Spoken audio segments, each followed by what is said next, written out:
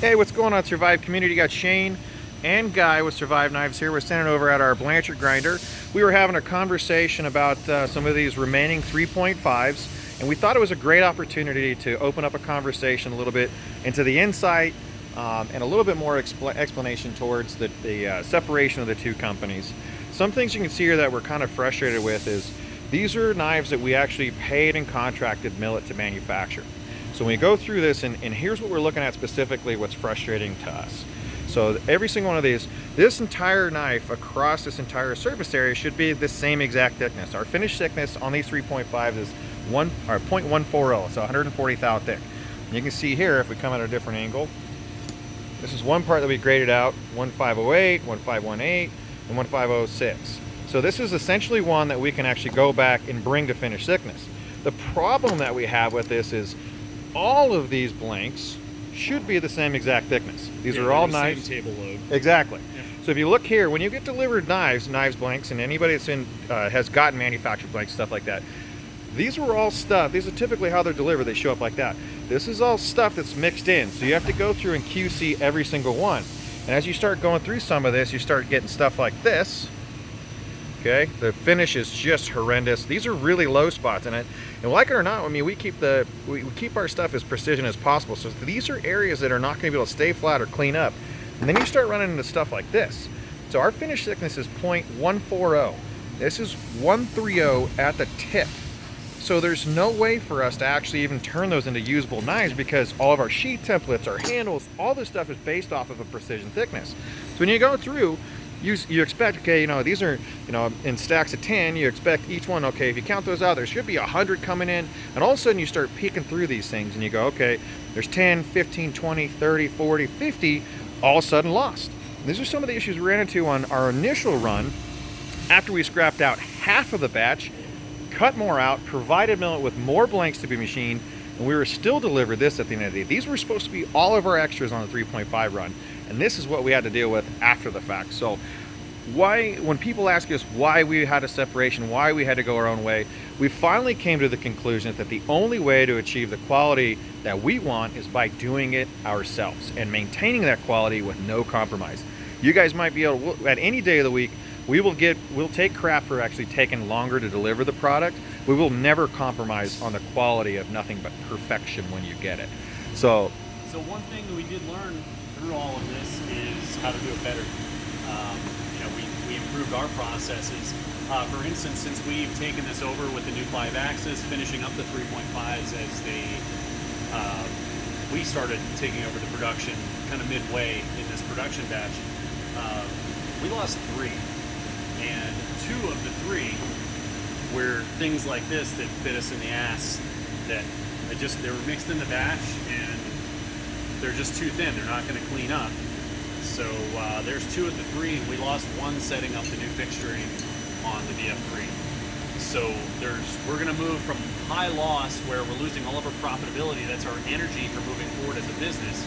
A business runs on money. So if all of our profit is going away each run and we're just kind of a break-even company, it's a lot harder to get steam.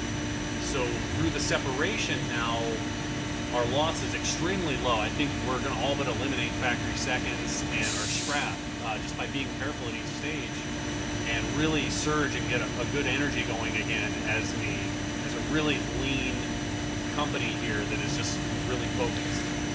And some of the big goal is not necessarily to be like a mommy against daddy thing and basically just crap all over another company. It's just to give complete transparency and some of the frustration we ran.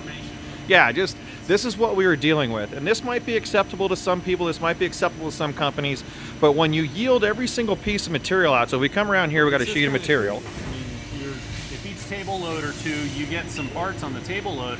If 2 out of 20 every table load are burnt up or out of stack, like there goes your profit margins. Your costs go up, and we're not realizing any return on anything.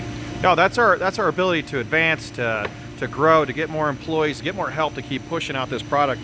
I mean, when we talk about keeping our budget as tight as possible, we yield every square inch out of a sheet of material we possibly can.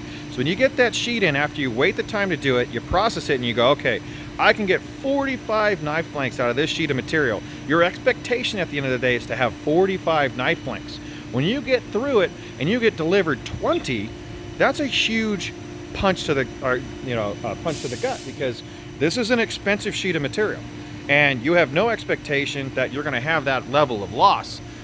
So when you go through that, it's frustrating, because we're the ones eating it. It's not like the company we're contracting to do it is remaking it and giving us the product we need.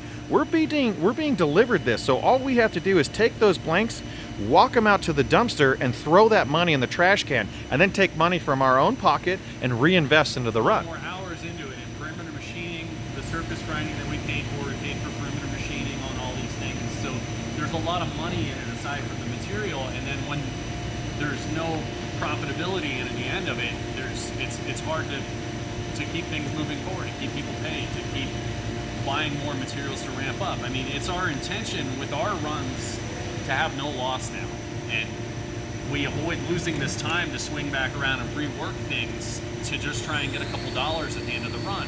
If we're very careful, I mean, Kendra has messed up one part out of like 500. Hey Kendra, say hi to the folks.